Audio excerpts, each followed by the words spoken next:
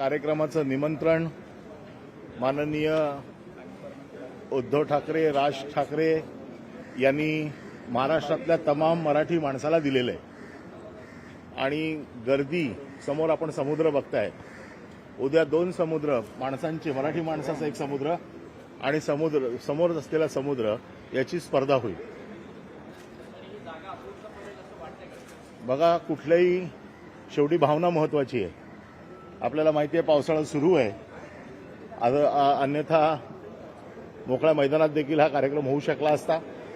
परंतु शेवटी आम्ही मराठी माणसाच्या भावनेचा विचार करतो की शेवटी त्यांनी हा जो काही लढा दिला, मराठी माणसाच्या भीतीपोटी हा GR रद्द झालेला आहे आणि त्याला आपली भावना कुठेतरी व्यक्त करावीच लागेल. आणि म्हणून आम्ही दोन्ही पक्षांनी मिळून या कार्यक्रमाचं आयोजन केलेलं आहे. आम्ही सगळ्यांनी ते एकत्र आत्ता पाहिलं आणि आम्ही त्याचं नियोजन सगळे एकत्र बसून करू आणि एकदा फुल अँड फायनल सगळं ठरलं की आपल्यासमोर पुन्हा एकदा येऊन सांगू.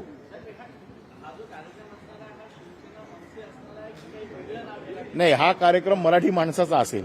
या कार्यक्रमाला सगळ्याच पक्षांनी पहिलाच सांगितलं, कुठलाही राजकीय अजेंडा असणार नाही. अजेंडा एकच आहे, मराठीचा. त्याच्यामुळे जरी आयोजक ठाकरे बंधू असले तरी देखील हा मराठी माणसाचा कार्यक्रम आहे, मराठीसाठीचा कार्यक्रम आहे. या कार्यक्रमात कुठलाही राजकीय विषय नाही. गर्दी जमणार नाही म्हणून दोघे एकत्र येऊन गर्दी जमणार नाही त्यामुळे दोघे एकत्र येतात. तुझं वय काय? गर्दी, ठाकरे आणि गर्दी हे समीकरण आजपर्यंत महाराष्ट्रात कधी तुटलंय का? ज्यांनी आज कधी बोलले असतील त्यांनी ह्या गर्दीचे चटके कायम बघितलेले आहेत आणि या गर्दीची ऊब देखील घेतलेली आहे. याच ठिकाणी काल आम्ही या बाबतीत कुठलंही भाष्य आता करणार नाही.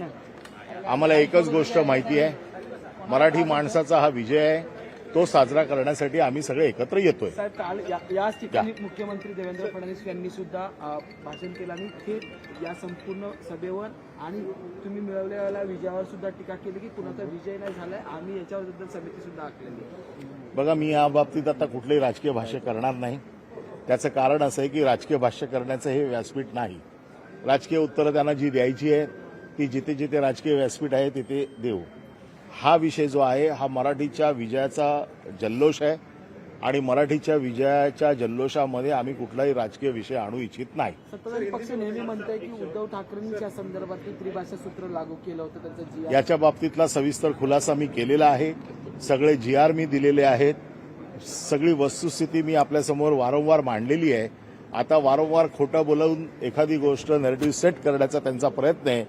त्यांना झालेला पराभव जिव्हारी लागलेला आहे आणि म्हणून हे खोटं बोलतायत असं माझं स्पष्ट मत आहे.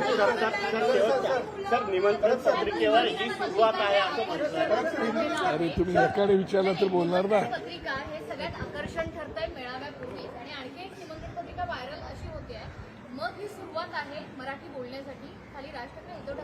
सन्माननीय ठाकरे बंधूंनी खुलं विनंती, निमंत्रण संपूर्ण महाराष्ट्रातल्या मराठी बांधवांना दिलेलं आहे आणि मला असं वाटतं की एक ऐतिहासिक क्षणाची आपण सगळेजण साक्षीदार त्यासाठी होणार आहोत आणि म्हणून तुम्हालाही निमंत्रण आहे, नाही तर तुम्ही येणारच आहात.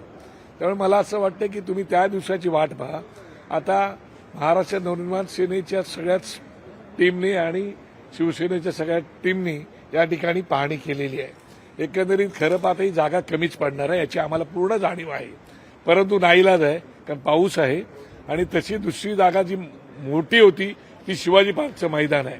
त्या शिवाजी पार्कच्या मैदानाची पण आपण मागणी केली होती, पण दुर्दैवाने अजून काही त्याचा रिझल्ट आला नाही. त्याच्यामुळे आता इथे निर्णय झालेला आहे घेण्याचा. मला असं वाटतं की जी काही जागा आहे त्या जागेमध्ये त्याची सुरक्षता वगैरे सगळ्या पाहूनच त्या जागेचा उपयोग करण्यात येणार आहे आणि उत्तम प्रकारे हा दोन बंधूंचा मेळावा होईल. त्याच्यात इतरही सगळे लोक सहभागी होतील. ते आता बोलू शकत नाही ना, कारण मोर्चाला जर एवढे प्रचंड लोक आली असती तशीच लोक इकडे सुद्धा येतील. त्यामुळे आम्ही चिंतित आहोत की आपल्याला जागा किती कमी पडेल, जास्त होईल, पण ही जास्त होणार नाही, कमीच पडणार आहे. पण तशीच वेळ आली तर समोरचे रस्ते सुद्धा आहेत समुद्राला साक्षी ठेवून मग ते रस्ते सुद्धा आम्ही सोडणार नाही. सर सत्ता त्याच्यामुळे पक्षातील नेत्यांना निमंत्रण दिलं गेलं आहे का किंवा त्यांना दिलं जाणार का निमंत्रण? नाही, ज्यांनी ज्यांनी या मोर्चाला सहभागी होण्यासाठी सहकार्य केलं होतं त्या सगळ्यांशी आम्ही स्वतः बोलतो आहोत आणि त्यांना त्या ठिकाणी निमंत्रण सुद्धा दिलेलं आहे. ते आले तर त्यांचं स्वागत आहे. आता त्या भाषणाच्या संदर्भामध्ये एकत्र बसू त्याच्यावरती निर्णय होणार आहे. खुलं निमंत्रण आहे हा, आणि प्रत्येक त्याच्यात मराठी काय- माणसाला. शेवटी किती भाषणं द्यायची, आलेला माणूसही करण्याचा कामा नये. कदाचित पाऊस आला तर काय करणार आहे, सगळ्या गोष्टींचा विचार करून सगळा निर्णय घ्यावा लागेल. आणि आज परत आम्ही आता पाहणी झालेली आहे, आज पुन्हा रात्री आम्ही एकत्र बसू, त्याचा निर्णय घेऊ. महाराष्ट्रातले सगळेच पक्ष येतील. भारतीय जनता पक्ष, अजितदादा पवारांची काही लोक आणि एकनाथ शिंदे साहेबांची काय, त्यांनाही सगळ्यांना निमंत्रण आहे. जे येतील त्यांचं स्वागत आहे, कारण हा मराठी माणसाचा आहे ना, त्याच्यामुळे त्याच्यात पक्षविरहित विषय आहे. खुलं निमंत्रणाच्या केलं आहे का? आणि कसं मी विचारलं, तुम्ही म्हणता की भाषणांची वेळ आपल्याला मर्यादित ठेवावी लागणार आहे, तर प्रमुख नेत्यांची किंवा प्रत्येक पक्षाच्या प्रमुख नेत्यांची भाषणं होतील? नेते जर आले तर त्यांची निश्चितपणे भाषणं या ठिकाणी होणार आहेत, पण त्यालाही मर्यादा आहे ना, कुठल्याही गोष्टीला मर्यादा आहे. आणि तुम्ही सगळे जर येणार आहात ते ठाकरे बंधूंच्यासाठीच येणार आहात. हे जरी असले तरी महाराष्ट्रातले मोठे मोठे नेते मंडळी आहेत आणि ते आले तर निश्चितपणे त्यांचं स्वागत होईल. तर कार्यकर्त्यांना काही विशेष सूचना, कारण घोषणाबाजी, बॅनरबाजी, अर्थातच कार्यकर्त्यांमध्ये खूप उत्साह आहे, गर्दीचं नियंत्रण करणं खूप मोठा टास्क असेल, तर काही विशेष सूचना दोन्ही पक्षांच्या? मगाशी अनिलजी बोलले त्याप्रमाणे ठाकरे आणि गर्दी हे समीकरण काही नवीन नाही आमच्यासाठी. वर्षानुवर्ष गेले 50-60 वर्ष आम्ही हे बघत आलेलो आहोत. त्यामुळे त्याचं कसं नियंत्रण करायचं, कार्यकर्त्यांना काय सूचना द्यायच्या, त्याची आम्हाला न सूचना देता कार्यकर्त्यांना आली. पूर्णपणे अराजकीय आहे. सर हिंदी हिंदी हिंदी हिंदी हिंदी. लोकशाही मराठी ऐका, पहा, जागरूक रहा.